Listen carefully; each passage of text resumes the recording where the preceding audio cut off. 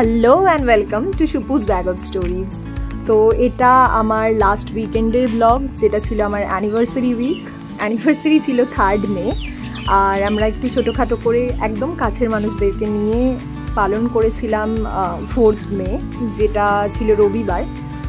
যাই হোক, শনিবার মানে 3rd মে সকালে আমরা মোটামুটি আরামবাগের কাছাকাছি যতগুলো মন্দির আছে চেষ্টা করেছিলাম সবকটা ঘুরে দেখার এবং প্রণাম জানানোর মন থেকে।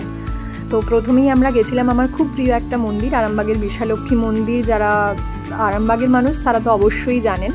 তো ওখানে এই 12 মাসের শিউলি গাছটা রয়েছে, যেখানে দেখলাম শিউলি ফুল পড়েও রয়েছে। শিউলি ফুল শুধু আমার নয়, আশা করছি অনেকেরই প্রিয় ফুল। তো মনটা ভালো হয়ে গেল, যদিও পুজোর সময়ের মতো অতটা বেশি ফুল ছিল না, বাট তাও। আর ওটা থেকে বেরিয়েই সামনে এই কাঠগোলাপের গাছটাও, অন্য সময় দেখি একেবারেই গাছটা ন্যাড়া অবস্থায় থাকে, বাট সেদিন গিয়ে দেখলাম গাছটায় সুন্দর পুরোটায় পাতা এবং প্রচুর ফুল। সেখানে বেশ খানিকক্ষণ সময় কাটিয়ে আমরা গেছিলাম বিক্রমপুরের কালী মন্দির। এটাও অনেকেই পরিচিত, যারা আরামবাগের কাছাকাছি মানুষ তারা জানেন। এটা মন্দিরের ভেতরের অংশটা।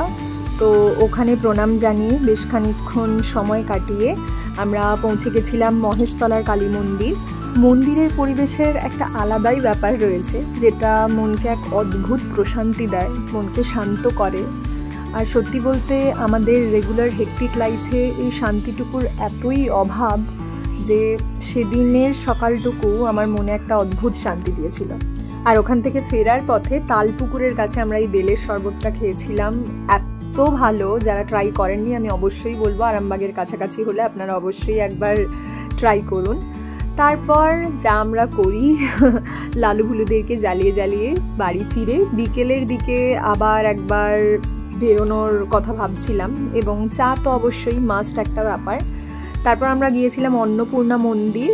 অন্নপূর্ণা মন্দিরও যারা আরামবাগে থাকেন তারা তো অবশ্যই জানেন। কিছুদিন আগে এখানেই একটা মেলা মতো চলছিল, যেটা আমি আগের ভিডিওতে দেখিয়েছি। তো যাই হোক, রবিবার সকালে অবশ্যই আমাদের প্রথম নিমন্ত্রিত ব্যক্তি বোঁদে পৌঁছে গিয়েছিলেন ঘরে। উনি সেদিন ঘরের মধ্যে এসে আমাদের শুভেচ্ছা বার্তা জানিয়েছিলেন। তারপর বেশ খানিকক্ষণ নিজের বাগানে ঘোরাঘুরি করছিলাম। অনেক ধরনের ফুল হয়েছিল, গোলাপ, পদ্মটাও ফুটেছে, এত অপূর্ব লাগছিল। আর এটা স্বর্ণ চাপা বা স্বর্ণ চম্পাও যেটাকে বলা হয়, ভীষণ সুন্দর গন্ধ। আর এটা আমাদের খুব শখের একটা ব্যাপার বলা চলে, যে গেটের দুই পাশে দুটো গাছ থাকবে এবং গেটটা পুরো গাছে জড়ানো থাকবে। একদিকে মাধবীলতা এবং আরেক দিকের গাছটার ঠিক আমি নাম জানি না, জেনে অবশ্যই জানাবো এবং তখন দেখাবো পুরো গেটটা এখন কেমন লাগছে। যদিও পুরো গেটটায় এখনও ছড়িয়ে পড়েনি গাছগুলো। আর এই যে পদ্মের গামলাটা দেখা যাচ্ছে, এখানে ওই ছোট ছোট রঙিন রঙিন মাছগুলো রয়েছে, ওদের খাবার দিলে ওরা বেশ খেতে আসে এবং তখন দেখতে খুব ভালো লাগে।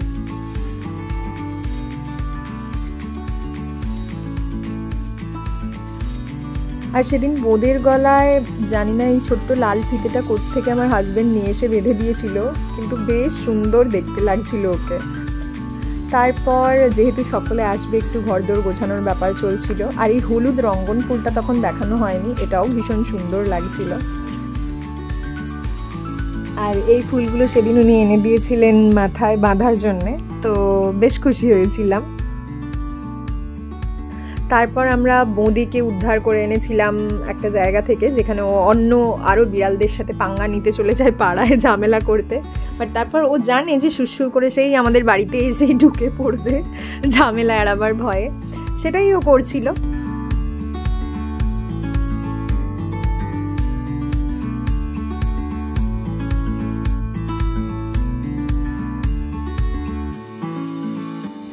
তারপর রেডি হয়ে বেরিয়ে পড়েছিলাম, কারণ তখনও বেশ কিছু কেনাকাটা বাকি ছিল, এই যেমন পান, দই, কোল্ড ড্রিঙ্কস, এই আর কি।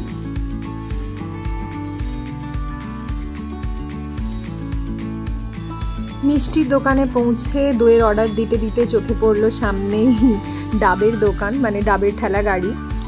তো দইটা যতক্ষণে প্যাকিং হয় ততক্ষণ আমরা ভাবলাম যে ডাবই খেয়ে আসা যাক।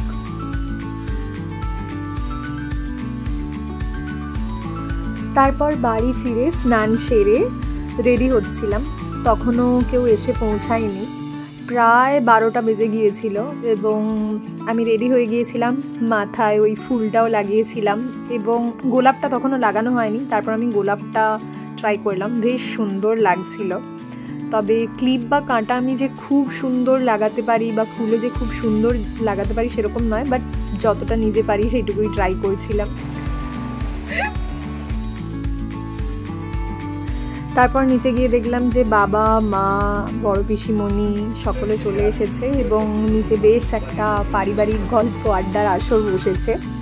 মাঝখানের 4-5 ঘন্টা কীভাবে কেটে গিয়েছিল বুঝতেই পারিনি। আরও বেশ কিছু প্রিয় মানুষ, খুব কাছের মানুষেরা এসেছিলেন, কিন্তু আমার শ্যুট করা হয়নি। আমি সত্যিই ভুলে গেছিলাম। মানে হয় না, কিছু মানুষজন এলে গল্প আড্ডাতেই সময় কেটে যায়। হাই, এখন বাজছে বিকেল 4:30 এবং সবাই বাড়ি চলে গেছে অনুষ্ঠানের পরে। যথারীতি আমার শ্যুট করা হয়নি মধ্যিখানে, কারণ যা হয় সবার সাথে কথা বলা এবং সবার সাথে সময় স্পেন্ড করা, খাওয়া দাওয়া, এসবেই টাইম গেছে। খুব ভালো কেটেছে সময়। সবাইকে অনেক থ্যাংক ইউ।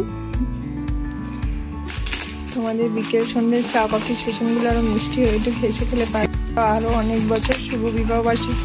গিফট মানেই সুন্দর, কিন্তু যারা আমায় চেনেন তারা জানেন যে হ্যান্ডমেড গিফট আমার কতটা পছন্দের। এই টিউলিপটা পুরোটাই ক্লে দিয়ে করা এবং নবদিতাকে আপনারা আমার আগের অনেক ভিডিওতেও দেখেছেন। ওর হাতের কাজ ঠিক এতটাই সুন্দর। ও আমায় গিফট করেছে এইগুলো, মানে আমাদেরকে গিফট করেছে। 2 কাপেই খুব সুন্দর ক্লে দিয়ে এই টিউলিপগুলো বানিয়েছে। খুব খুব পছন্দ হয়েছে যেটা আমার। আর সন্ধ্যের দিকে আবার আমরা একটু ঘুরতেই বেরিয়েছিলাম। সন্ধ্যের দিকে বেরোলে এই স্টেশনের দিক দিয়ে একবার ঘুরে আসা তো চাই, ভালো লাগে। ওই দিকটা বেশ ফাঁকা ফাঁকা মতো থাকে।